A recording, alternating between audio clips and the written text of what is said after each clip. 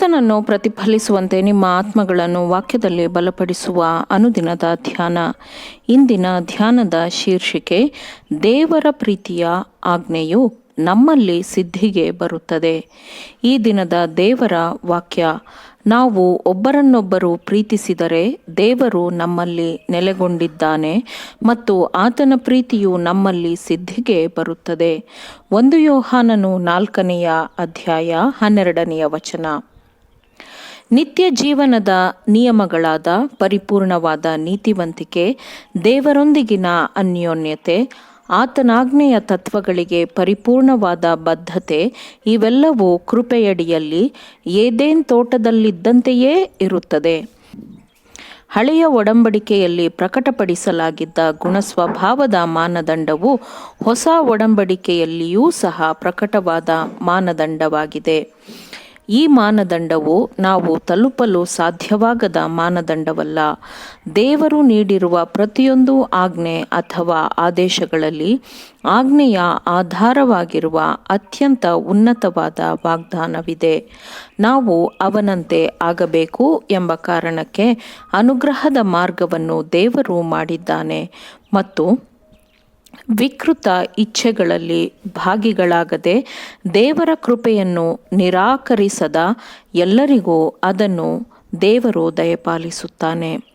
ವಿವರಿಸಲಾಗದ ಅನನ್ಯವಾದ ಪ್ರೀತಿಯಿಂದ ನಮ್ಮ ದೇವರು ನಮ್ಮನ್ನು ಪ್ರೀತಿಸಿದ್ದಾನೆ ಮತ್ತು ಜ್ಞಾನವನ್ನು ಪಸರಿಸುವ ದೇವರ ಪ್ರೀತಿಯ ಆಳ, ಅಗಲ, ಉದ್ದದ ಬಗ್ಗೆ ಯಾವುದಾದರೂ ವಿಷಯವನ್ನು ನಾವು ಗ್ರಹಿಸಿಕೊಂಡಾಗ ದೇವರ ಮೇಲಿನ ನಮ್ಮ ಪ್ರೀತಿಯು ಜಾಗೃತಗೊಳ್ಳುತ್ತದೆ.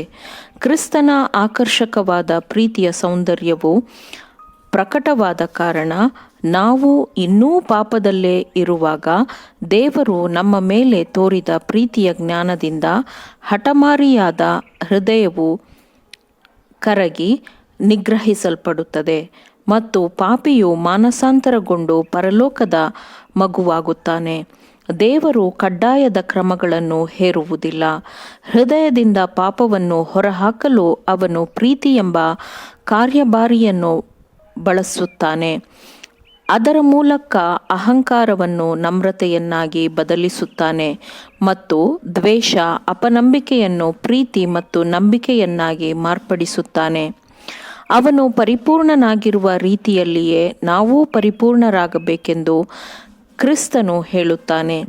ದೇವರು ಈ ಲೋಕಕ್ಕೆ ಇರುವಂತೆಯೇ ನಾವು ನಮ್ಮ ಚಿಕ್ಕ ವಲಯಕ್ಕೆ ಬೆಳಕು ಮತ್ತು ಆಶೀರ್ವಾದದ ಕೇಂದ್ರಗಳಾಗಿರಬೇಕು. ನಮ್ಮದೆಂಬುದು ನಮ್ಮಲ್ಲಿ ಏನೂ ಇಲ್ಲ, ಆದರೆ ಆತನ ಪ್ರೀತಿಯ ಬೆಳಕು ಪ್ರಕಾಶಿಸುತ್ತದೆ. ಆ ಬೆಳಕನ್ನು ನಾವು ಪ್ರತಿಫಲಿಸಬೇಕು. ದೇವರು ತನ್ನ ಕಾರ್ಯಕ್ಷೇತ್ರದಲ್ಲಿ ಪರಿಪೂರ್ಣನಾಗಿರುವಂತೆಯೇ ನಾವು ನಮ್ಮ ಕಾರ್ಯಕ್ಷೇತ್ರದಲ್ಲಿ ಎರವಲು ಪಡೆದ ಆತನ ಒಳ್ಳೆಯತನದ ಮೂಲಕ ನಾವು ಪರಿಪೂರ್ಣರಾಗಿರಬೇಕು. ನಿಮ್ಮ ತಂದೆಯು ಪರಿಪೂರ್ಣನಾಗಿರುವಂತೆ ನೀವು ಪರಿಪೂರ್ಣರಾಗಿರಿ ಎಂದು ಯೇಸುವು ಹೇಳುತ್ತಾನೆ. ನೀವು ಆತನ ಮಕ್ಕಳಾಗಿದ್ದರೆ ನೀವು ಆತನ ಗುಣಸ್ವಭಾವದ ಪಾಲುಗಾರರಾಗಿರುತ್ತೀರಿ ಮತ್ತು ನೀವು ಅವನಂತೆಯೇ ಇರುತ್ತೀರಿ. ಪ್ರತಿಯೊಂದು ಮಗುವು ತನ್ನ ತಂದೆಯ ಜೀವದಿಂದ ಜೀವಿಸುತ್ತದೆ. ನೀವು ದೇವರ ಮಕ್ಕಳಾಗಿದ್ದರೆ, ಆತನ ಆತ್ಮದಿಂದ ಉಂಟಾಗಿದ್ದರೆ ನೀವು ದೇವರ ಜೀವದಿಂದ ಬದುಕುವವರಾಗಿರುತ್ತೀರಿ. ಕ್ರಿಸ್ತನಲ್ಲಿಯೇ ದೇವರ ಸರ್ವಸಂಪೂರ್ಣತೆಯು ಅವತರಿಸಿ ವಾಸಮಾಡುತ್ತದೆ ಎಂದು ವಾಕ್ಯವು ಹೇಳುತ್ತದೆ ಮತ್ತು ಕ್ರಿಸ್ತನ ಜೀವವು ನಮ್ಮ ಮರ್ತ್ಯ ಶರೀರದಲ್ಲಿ ಉಂಟೆಂದು ವಾಕ್ಯದಲ್ಲಿ ಪ್ರಕಟವಾಗಿದೆ. ನಿಮ್ಮಲ್ಲಿರುವ ಆ ಜೀವವು ತಾನೇ ಅವನಲ್ಲಿರುವಂತಹ ಗುಣಸ್ವಭಾವವನ್ನು ನಿಮ್ಮಲ್ಲಿ ಉಂಟುಮಾಡುತ್ತದೆ. ಅದು ಅವನಲ್ಲಿ ಹೇಗೆ ಕೆಲಸ ಮಾಡಿತೋ ಹಾಗೆಯೇ ನಿಮ್ಮಲ್ಲಿಯೂ ಅದೇ ಕಾರ್ಯಗಳನ್ನು ಅದು ಪ್ರಕಟಪಡಿಸುತ್ತದೆ.